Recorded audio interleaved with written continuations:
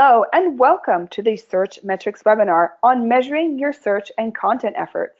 My name is Jo Turnbull and I am Senior Account Manager here at Searchmetrics. Today we have the pleasure of being joined by international SEO consultant Aleda Solis. She's also a well-known blogger and speaker, and we are very pleased to have her on the webinar today. Aleda will be showing us how to measure your search and content efforts with the Searchmetrics and the new Searchmetrics Content Experience Suite. We will be recording the webinar and taking questions, so please put them in the chat and we will answer them at the end. I will now pass over to Aleda to take us through some examples of how you can measure your search and content efforts with Searchmetrics. Thank you. Thank you, Jo. Today's presentation is targeted towards sharing how to measure your search and content efforts. But first, before that, I think what it is critical is that sometimes we really are not reminded and we completely forget how in the first place, why in the first place we should be measuring them and what should be the goal that we should be looking to achieve when measuring all the related metrics of our search and content efforts. And it's not about tracking rankings. A lot of tools and a lot of people see this as the final outcome of all the complete focus of what they do on measurement. It's also not the search traffic, although of course it's another KPI, important KPI, and we are going to see how it can be. It is very meaningful, but it's not and shouldn't be the final outcome and goal of it. The same with conversions. Of course, if it is a transactional website, if it is an e-commerce website, we really want to be able to track a much more granular and I would say profitable related type of KPI as conversions. However, we should always keep in mind that it's really about the ROI, the return of investment, that at the end is the final outcome that we look to achieve with any content effort, any search effort, organic or paid or whatever. This is what we are always looking to achieve with our work in search marketing, right? And content marketing too. So how do we calculate it? What is this? Well, is this very typical and common ROI formula here, for which at some point in the past I actually created this calculator that I target initially for international SEO, but can really be used for whatever type of activity you do actually on your site in order to facilitate it. However, this is something very important, right? We need to be able to know how many conversions are we really getting from our efforts, from our specific efforts, the value that we are getting for it, the efforts to really control and be aware of all of the efforts that we do on our SEO process, because these are really the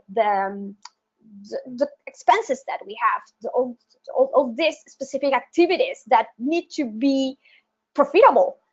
So every content that we develop, any description that we develop, any action that we do to optimize the titles, meta descriptions, whatever that we do should be profitable. So this is something that what we should always keep into consideration and should be the main focus at making everything ROI positive.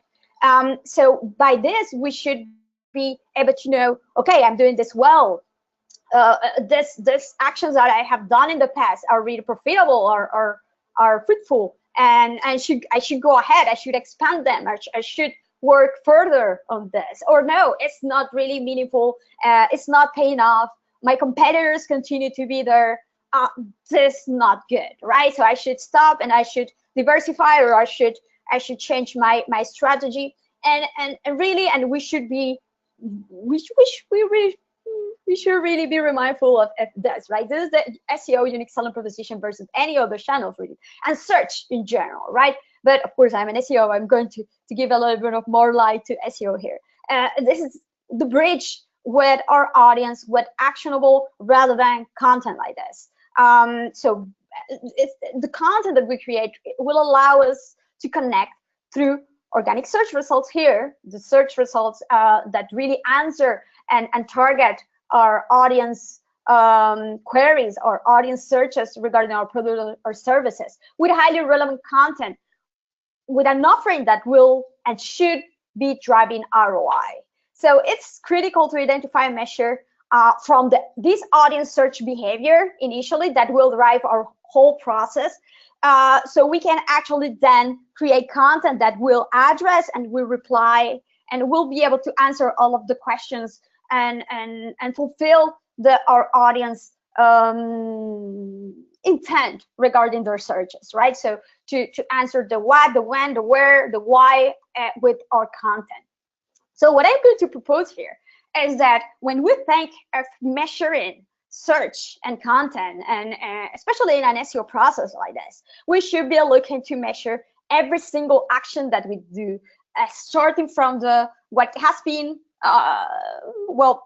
traditionally called keyword research. It's not necessarily a keyword research anymore. It's more of a market research and competition research too.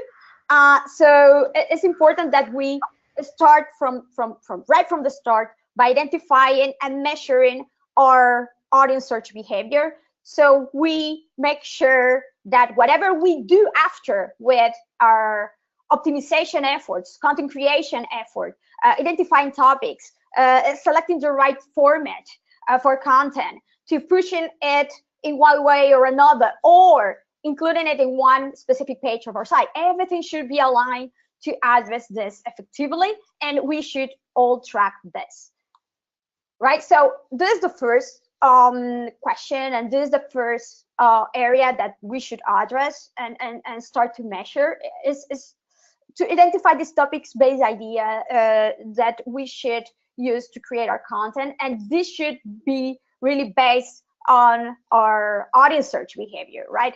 So initially we have the Searchmetrics Research Cloud that provide us with this wealth of data that we are already ranking with. The keywords, the terms, the pages that we are already using to get visibility at the moment, those are performing well, those are performing not so well. The ones that are having great positions but are not bringing that much traffic because they are not necessarily that popular, that they don't have really a high search volumes, and those others that even if we are not ranking so well, we are already getting tons of traffic because we are already targeting these queries with the right page, with the right term, and it has a lot of potential right there. Thank you. As Aleida said, you can find out sort of what your competitors are using, what your users are looking for. You can look at it in the Searchmetrics Research Cloud, and at today's webinar, Aleida will also show how you can also get even more detail through the content experience with itself. Yes.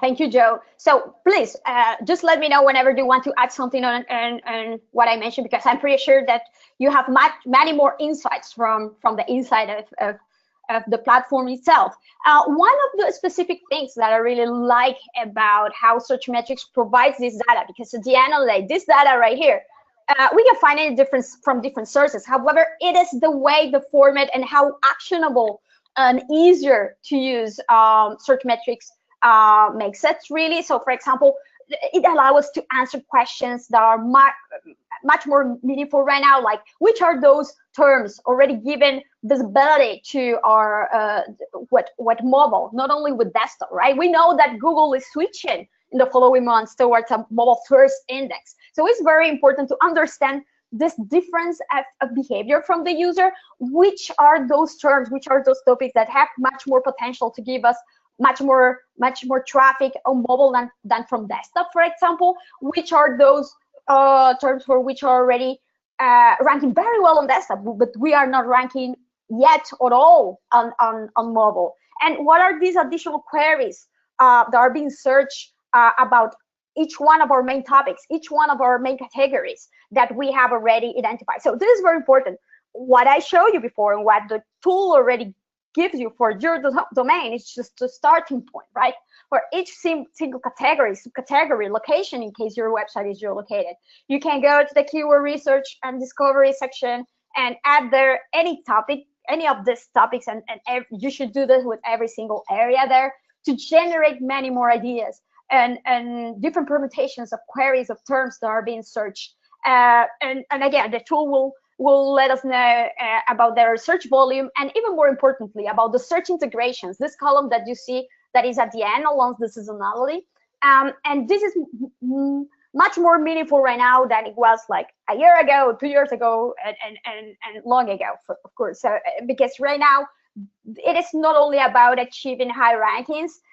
It's not the only possibility that we have at the moment to get traffic, to get the users to see our content, to consume and enter to a platform, but also any additional visibility that we can get from the SERPs, from organic search results, through image integration, videos, rich snippets. So there are many more opportunities for us to get this visibility, to get the high click-through rate from organic search results. And of course, this is from our current search behavior, from our current website behavior.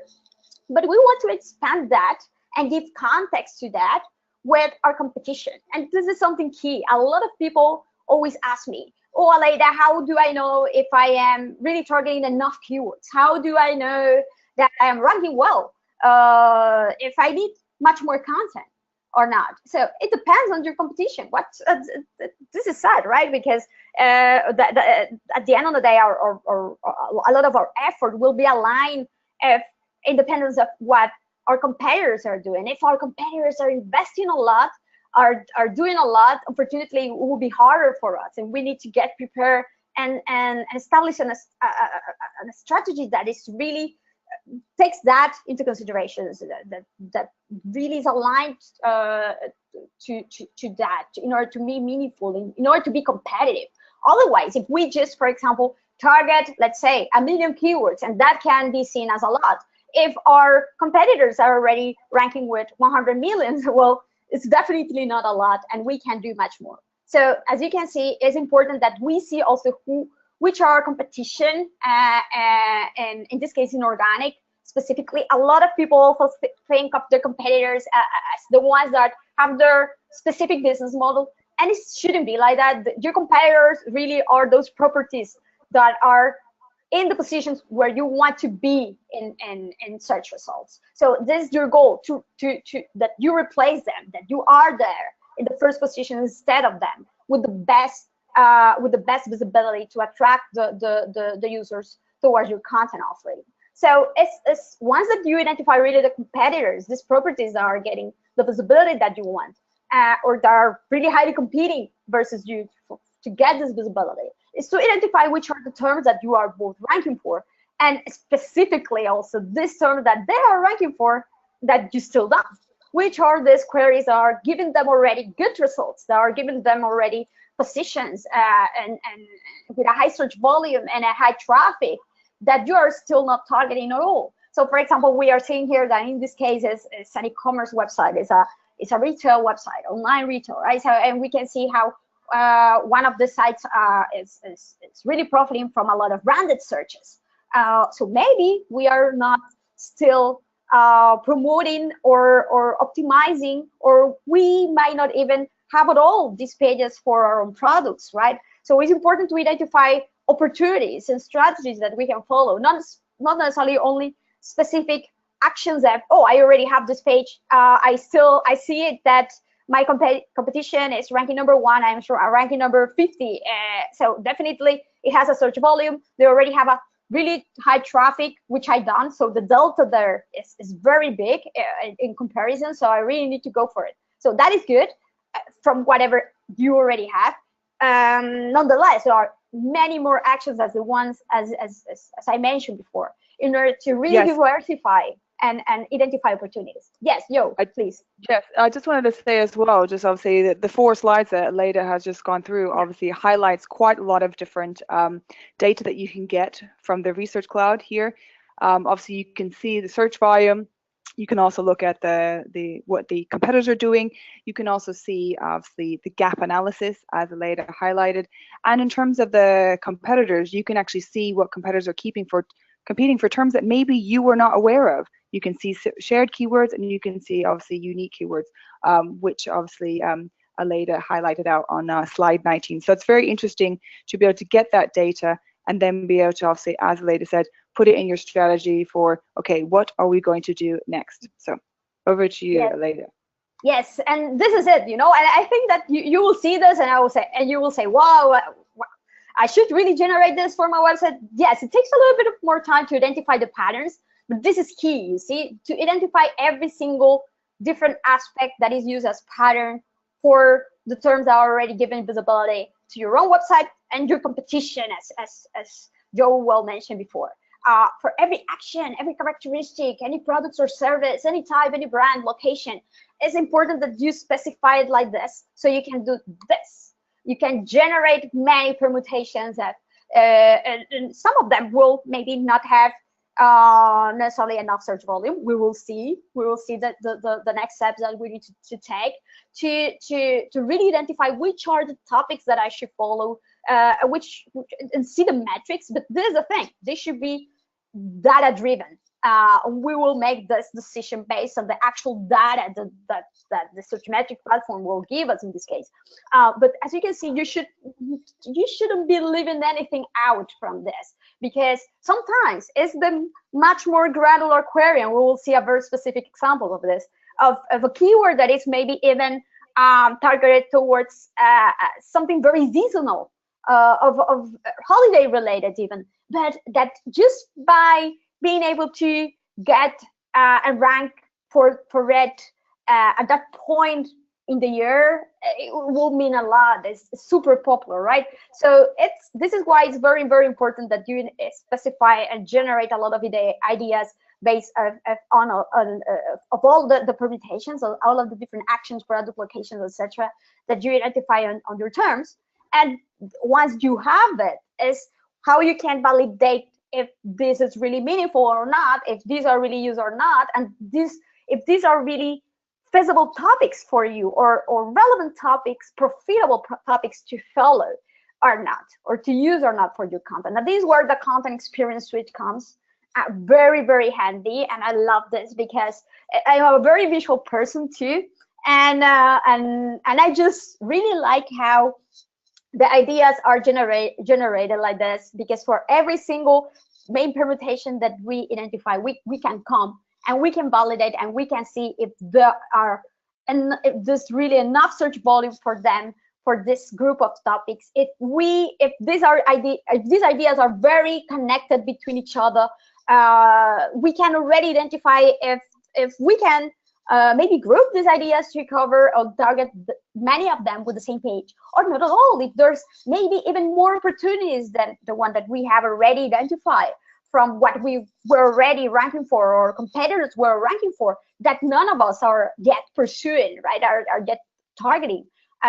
Even more granularity, seasonality. So I went and searched for Christmas jumpers here, and I could see that from novelty Christmas jumpers, kids Christmas jumpers, which maybe are things that I will expect it, but you can see silly Christmas jumpers or cheesy. There are definitely these type of characteristics that are being searched about these topics that I would have never expected to see, and definitely not necessarily thought of creating content to target this. And this specific topic explorer functionality of Semantic Association allow us to identify them in a way that connects well with the search volume that they can generate us. Of course, you can see here how much in the right column here, how much they can generate, they are being searched. If the result here is 0 or very, very small, then definitely it's not, these are not necessarily the topics that we want to pursue or to prioritize right at the beginning, right? Because we want them to be meaningful. Our efforts should be meaningful and should be profitable. We cannot forget about that. So we should map all of these topics that we identify with the different actual queries that the user and the customer do through their journey, from looking for line ideas and inspiration, brand discovery, opinions, product prices and features, offering, promos, coupon, product availability. And I love it, again, how all this that I usually share about and is very theoretic, I love how the Topic Explorer allows us to answer all of these characteristics right there. Seasonality, it tells us which of the topics that the tool has provided us for us are targeted per seasonality, right? Like if it is an autumn or it is in winter in this case, like what is the best time to target them or not? If it is in the next 3 months, we can expect this to go up or not. Yes, Joe, sorry. Hi, no, I just wanted to re-emphasize the point that you made. It's all about content relevance. And also with the Topic Explorer, I appreciate you really like the visualization, how we had that there. Yes. This is fantastic as well. We can also do this in a table format, but with the visualization, what is really nice is it is live. So we're in the Topic Explorer now. Aleid obviously has been working on this, but you can just type in Christmas jumpers, and then you can actually see these bubbles appear. The bigger the search volume, the bigger the bubble, the bigger the search volume, and obviously the shorter the lines in between each topic, the closer the relationship they have. So that immediately tells you about the semantics of these terms.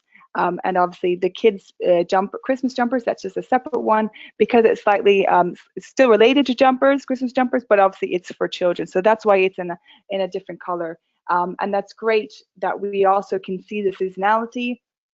Obviously, we would expect that it would be in the best season would be autumn, as Aleida highlighted. And of course, it's very interesting to see as well. You can see some of the other ones, the best month increase as well, and then the trend for the next 3 months. So obviously we're coming into, I don't like to say it, but into the cooler months. And you can also see that as well as obviously the search volume. At the moment, you don't have anything in the position because we did not put a URL in. This is purely just looking to see what's everyone talking about for now. Thanks. Yes, that is a good point that you did actually, because I am going to match this with the next step. Right now, it's just to validate the ideas that we had initially identified as potentially relevant, right? Now we're validating when it makes sense to create it, if it really fits with our following months, or if our content calendar, if we should prioritize something there. Also with the level of competitiveness, that is the next data that the tool gives you, which really, is there a balance there of a topic that is popular enough that is highly relevant, can provide us good interest for our products or services, that is still not that competitive. So maybe we should prioritize them further or before than others that maybe are more popular but are much more harder to rank for. And the same with search intent. Maybe, of course, there are a lot of topics that are more informational than transactional. We really want to prioritize the transactional ones because we want to sell, right? And we know, and I love this. Why? Because this tells us which are these topics that we should focus our product pages or category pages or our listings versus those that we can target with our blog posts, for example. And it makes it so much easier for us to segment, to organize and say, okay, I know that we don't want to overlay. We don't want to have a blog post ranking for a query where a product page or a category page should be ranking instead. And the user, even if they go to the blog, they won't be able to buy it to achieve what we really want and when they want to. Right, so this is also phenomenal. This is great, and still, please be mindful that we haven't yet added any content here or connected this with any page, which we will do. So these are just the ideas and validation, additional data that we should be using at this point to filter, to include terms, to include topics, and to eliminate those that we are seeing that are not meaningful, have a little search content, where the competitiveness is too high, where the seasonality maybe doesn't match with the next following ones that we have, that doesn't match really the intention that we want to give our content for. For example, there are the topics that are much more targeted to create awareness, or others towards purchase. So if we really want to go and select and prioritize the one that will increase and will be likely used when looking to purchase, we will go for cheap Christmas jumpers in this case. And like this, we will be able to reorganize all the topics that we had initially identified to make the topics more meaningful towards our website in general, right? However, the next step is to take this content and match them and connect them with our website business model, with our web already existing URLs if they already exist. And this is very important. Why? Because at the end, remember, we want to achieve a high ROI. We want to prioritize those that really connect with our business goals. We want to make this happen. Take a look. Is that the current URLs that already exist and are already ranking more or less well, maybe we want to prioritize them because it's easier to optimize the ones that already exist than to start with some others from scratch, maybe. And especially that we make sure that we identify which query we should really be targeted by X or Y page of our site. And like this, we will make sure that they don't overlay, that they don't cannibalize each other, which is a very common issue, especially with e-commerce websites and transactional-driven websites, and that the right page ranks for the right term at each time. And not only the page and which area it is on the site, if it is a product page, category page, or a blog post, but also the type of content, the format of the content that we should be writing for. We will see that many of these queries generate a lot of interest and visibility with video or with images. So we should be ready to create this if they are going to generate us an extra visibility. Of course, if these are not meaningful, if they won't give us more visibility, maybe it's not a priority for us to create and take the effort to create an infographic, let's say, or a video of a product, if it's not going to generate much more. However, if we can validate with the tool that we can, and we already have the content, so it's just about reformatting the content, it's even less effort, and we will be able to do it very easily with the tool in the next steps. Yes, Joe, please. Hi, I just wanted to re-emphasize what Leda was talking about, because obviously we were using the Topic Explorer. Obviously you guys saw that there was a search intent. We also saw the sales funnel as well. So the intent really is obviously like the purchase. People are going to be purchasing it, obviously. The sales funnel is actually the action. So obviously with the Leda showing that, you know, cheap Christmas jumpers, this is a purchase stage, but there was obviously in the search intent a lot of people looking around sort of informational queries. We do have informational, navigational, and transactional keywords queries within the search intent. If you see something that says equivocal, that's really, it's because it's between the two. And really what we wanted to do with the content experience was to help people, as Ladies been saying, to be able to write the correct target, write the correct content to target the correct people when they are obviously online. And of course, by adding things like the search volume, which everyone has already, and you can also see the cluster search volume as well as the CPC, that really helps to narrow down what keywords you should be doing and using. And obviously all this data is based on deep learning. So we have been in the business for a number of years, and that has helped us to be able to produce and put these into different funnels of search intent and sales funnel. Thank you. Yes. So as you can see, all of this, what I mentioned before and what Joe has just explained, also complemented that, will make much more sense when connecting it with our own content. And again, a lot of this data, not in this way that is so actionable and easy to use, that I will say that this is the specific characteristic that I really love about this. It can be found, not like this, but yes, can be found, and it's much more harder. However, the one thing that I really love is the one that we are going to see right now. How we can take the topics that we want, that we choose to follow and to target on, like this, and connect it with our already existing content if we already have it, and create a riff to create our content further. So I have here in this case connected this groups of queries that I want to target on with an already existing page, right? So I selected a random page on the internet. Here in this case is Zalando Christmas jumpers, right? And I can see then all of the different metrics that I could have already checked before, highly targeted towards this specific group of topics, and then taking into consideration the already existing URL and how much content does it have, how well optimized is already for these terms. So I can even go much more granular, identify even much more opportunities, which are here, top ranking, already ranking topics, which are the quick win topics, the seasonal ones, the new ones that I haven't yet targeted at all.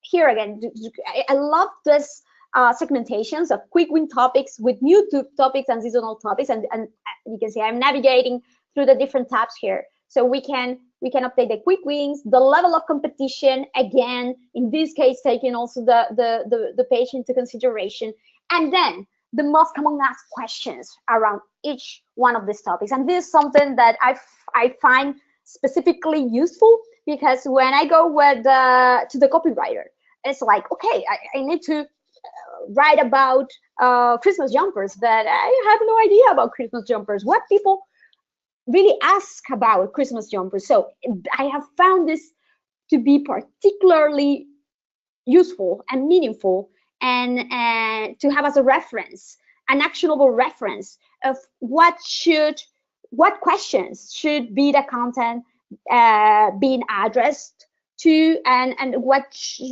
I should be clarifying about.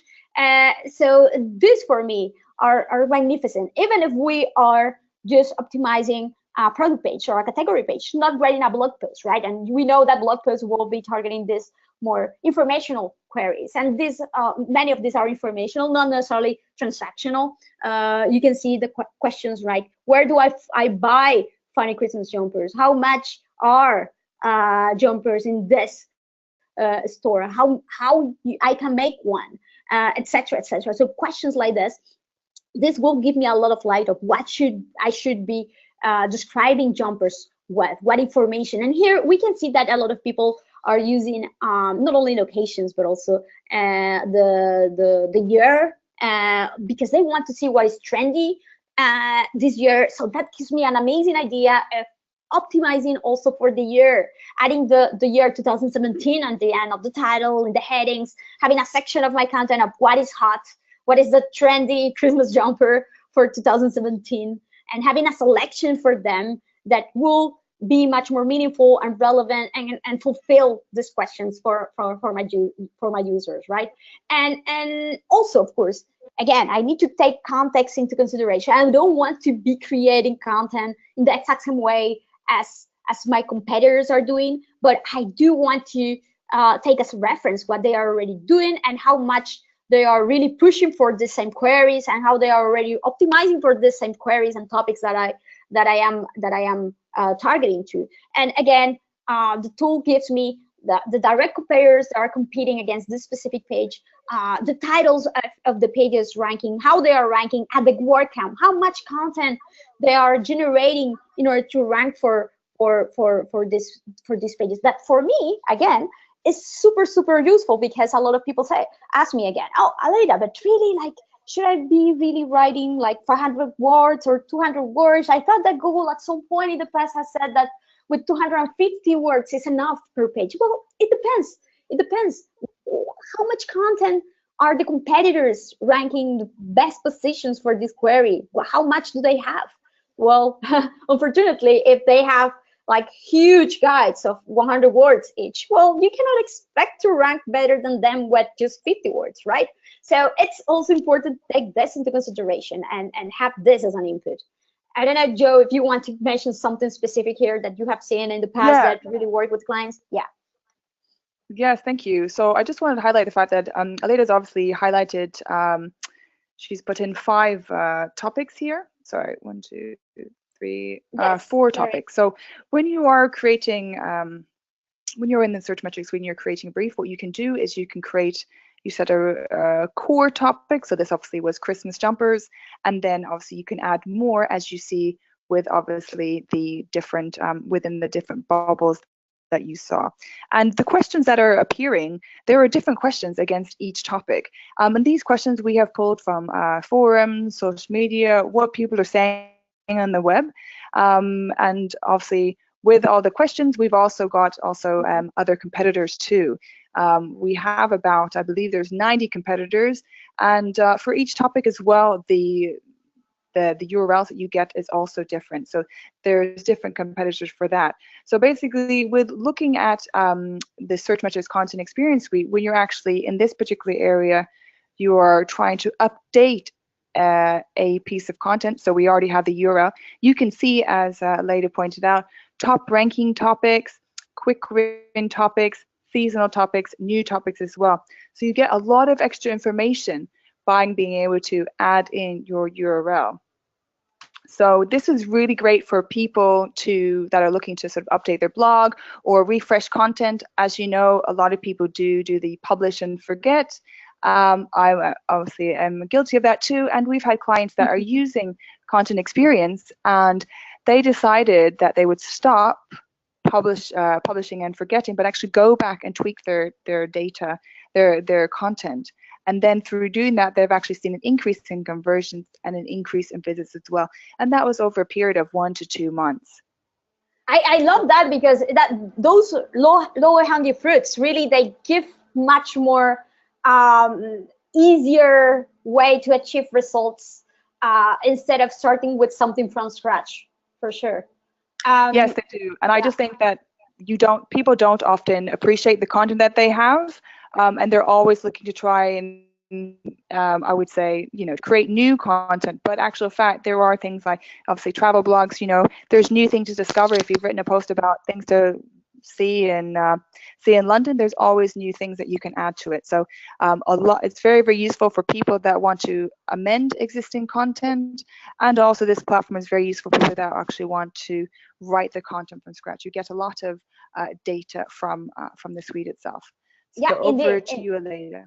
Yes, and you can see here also with the specific keywords that you should be using in your content when you optimize it, when you create it. I love it that it even goes further in telling the recommended keyword frequency. Of course, it's not that you have to do it exactly like that, but I love that I am getting the specific optimization tips and the content that I will be start writing right now, right? So I know which are, and this again is something is a very common question from content writers. Oh, Aleda, please, but which are the key terms? Which are those that I should be repeating a little bit further, taking a little bit further, of course, in a natural, attractive way. But so you have this like this right here in the suite, and also those are being used much more by your competition too. And once that we have selected these topics, we move on and we can actually create the content or re-optimize the content that we already have using the suite here with the content editor. And the content editor allows us here to create the content that will be easily exported as HTML, so can be easily integrated in any platform. But as we advance writing the content, it will actually be showing us how we are fulfilling those metrics that we identify in the past, if we are really covering and using all the terms that we selected, that we wanted to pursue, that we wanted to target, to focus on. If the relevance is okay, it gives us this content score, the word count, the readability of how we are formatting the content. This is amazing and very, very, very useful. In my case, of course, if you are very into SEO on a day-to-day basis, this is about following.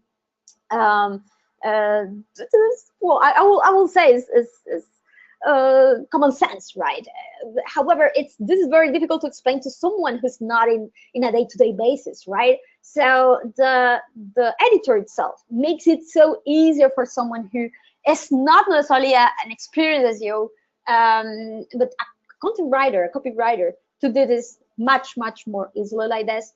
An additional thing that I love is that when we are writing and developing the content, many of the situations, well, the bad situations, I would say, that I've seen, the negative scenarios that I have seen in the past is like, oh, I found out that the content that was written for this page is actually a duplication from this that already existed on the internet, right? And it's because the copywriter just copy pasted, or because they didn't understand that it should be completely new, right? So the tool also flags when there's a high similarity with any other content out there.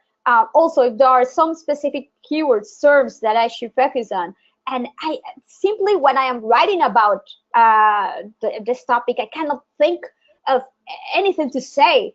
I can go and click on any of the topics, and it will tell me not only what the topic is about, like a Wikipedia explanation, a dictionary explanation of it, but actually will give me phrases that I can write and I can take as a reference to create more content that is meaningful and matches the actual behavior of the user. I don't know if yes. No, thanks, Aleda, for that. That's great. So what Aleda obviously was explaining is obviously our content editor, which is basically our live editor of the content experience suite. And by going through the process that Aleda took us through, so looking at the topics, checking or unchecking the keywords that you want, the questions as well, all that actually comes into this content editor, and you have this must-have keywords, additional keywords, and then recommended keywords. And in this particular case, obviously, Aleda has obviously written this out. But what you can also do is you can also take content from your competitors, and you can see what they're doing and see what score they have. So based on all our data, we have a content score of 75%. That's like the aim that you would aim for. And obviously you have a word count and readability. Now the word count as well as the other keywords, that's all taken from the competitors that you can see at 120 competitor URLs. But of course, within the content experience suite, as I said, you can look and see, you can write your own content. We've already looking at the Christmas jumper section, or you can also take the content from your competitors and see what they are doing, what's their score, what keywords are they using. And the duplicate content check is also very, very important to make sure that, for example, yourselves, are you writing content for the sake of it? Is there already content available? Perhaps you could just actually retweak or edit some of the actual existing content. Thank you.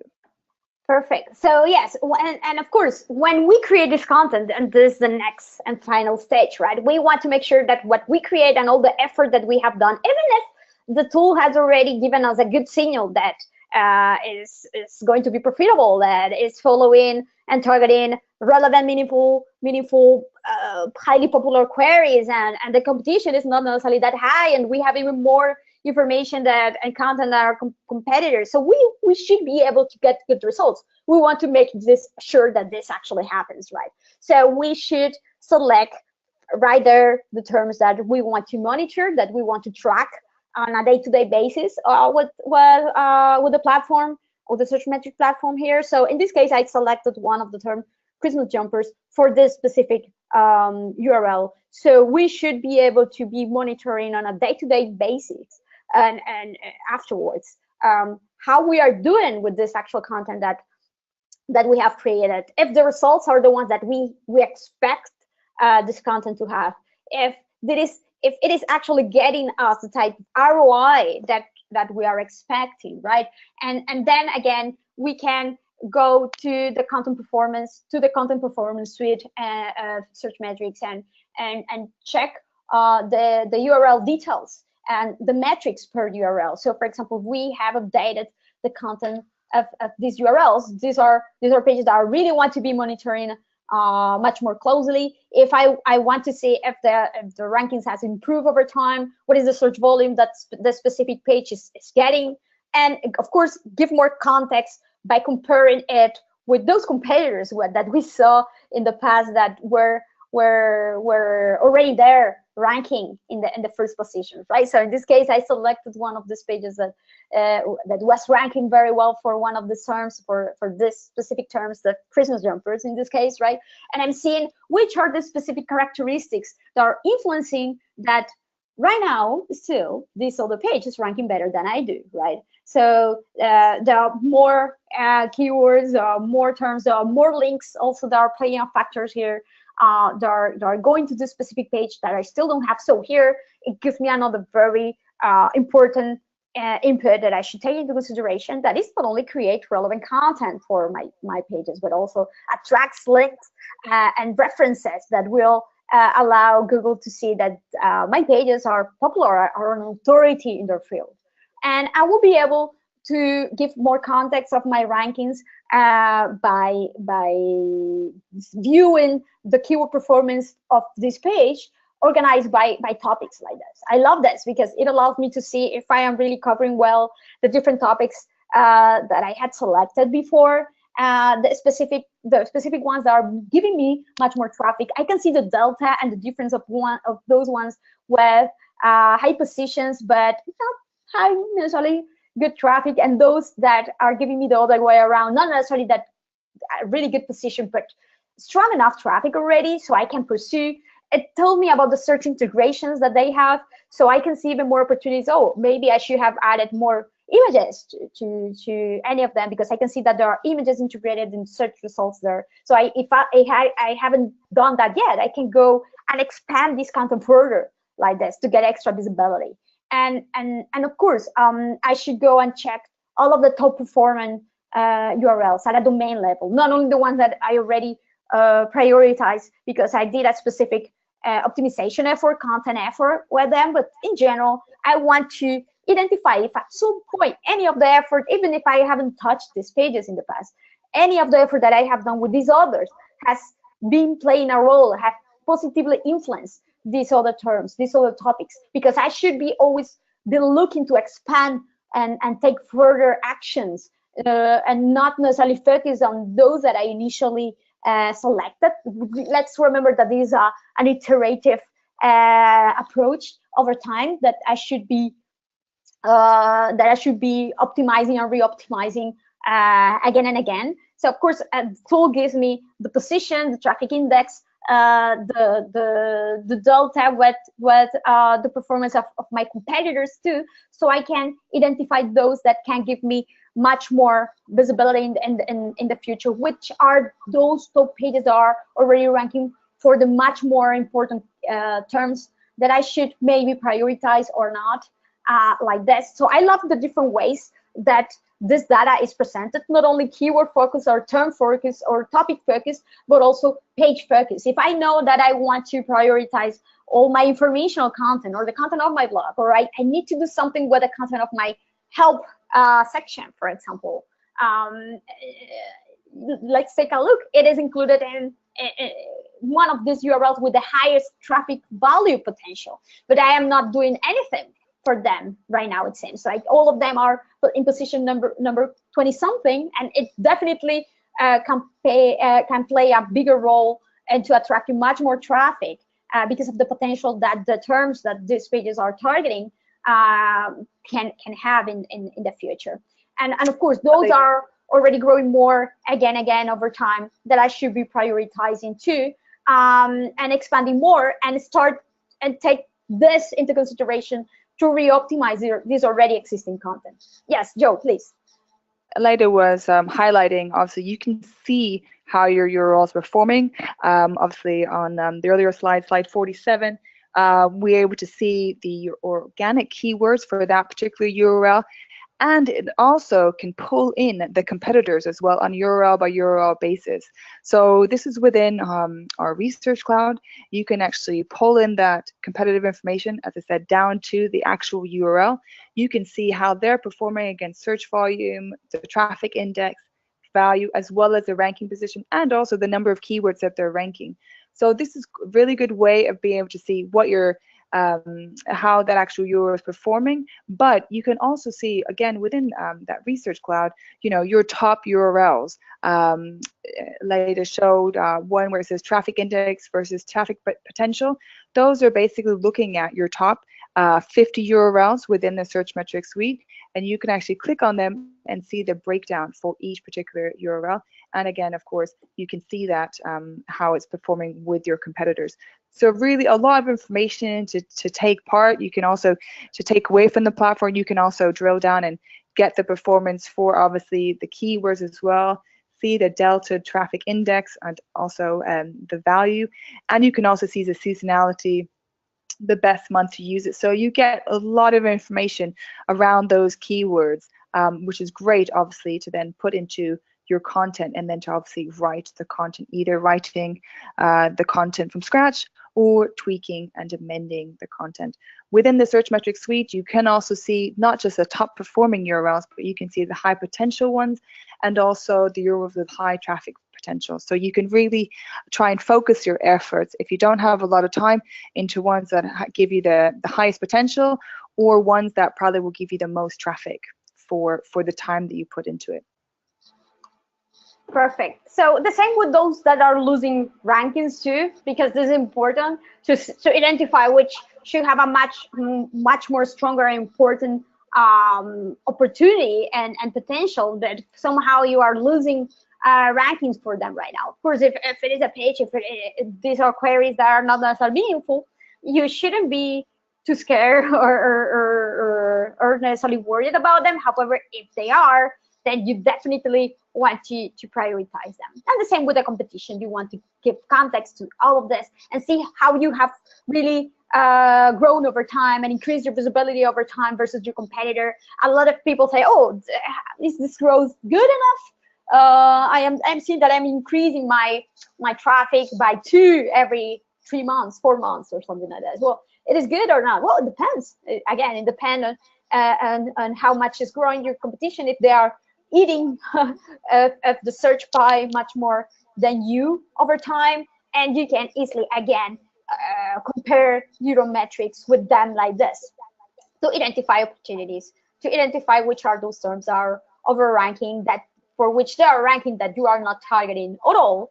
And like this, make sure that your whole content development or optimization process is really data-driven, that really takes into consideration the user behavior information and input that you should keep in mind all the time, to make sure that you don't only achieve good organic search growth, that you also achieve a high ROI, which is at the end of the day what all of us really want to achieve with any of our efforts in a day-to-day basis. So thank you very much for the opportunity. I don't know if Joe, do you want to share anything else regarding this last topic?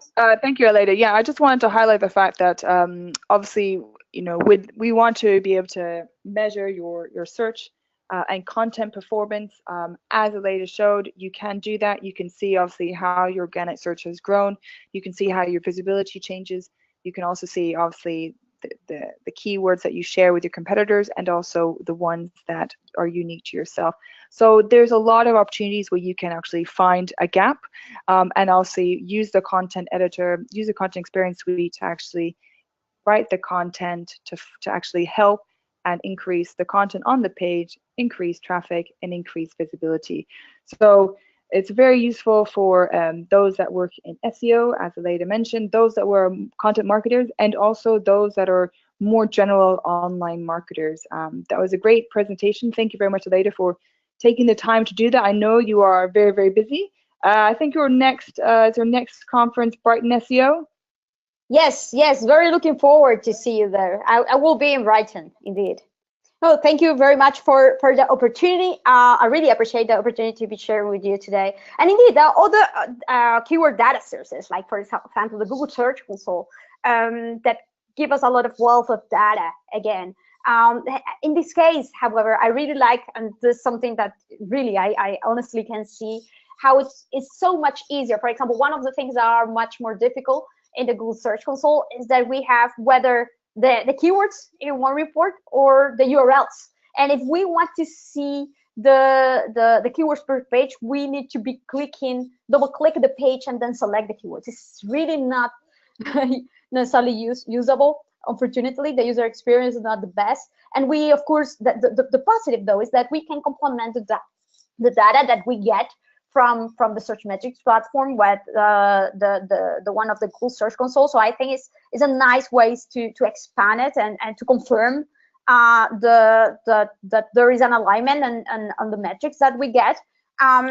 So yes, I will say that the more sources that we take into consideration, the best it is. I have also to say that we need to know where to to say, well, I have enough data to make decisions with, and the much more easier way. Otherwise, we can be like trying to gather keyword data from so many different sources and never finish actually analyzing it. And it's much more importantly, using these keywords, this data, and into consideration in an actual process. And this is what I love about the Searchmetrics platform, that how does really help you to put it in practice like this in a very actionable way. So I hope that you liked it, and looking forward to share with you much more. As Joe said, like, I'm an international SEO consultant. I do this on a day-to-day basis. So if you have any questions too, just let me know. I am at Aleida in Twitter. You see my Twitter handle here in the slides. Also, aleidaswiss.com is my website, so you can look for me, and I'll be happy also to clarify any doubts. Thank you very much for the opportunity, Joe. Thank you very much, Aleida, and we look forward to seeing you at Brighton SEO. Myself and my colleague Daniel Furch would also be at Brighton SEO, so look forward to seeing you all there. Thank you, everyone. We will be sharing the slides probably Thursday, Friday this week, so please look out for that. Thank you very much.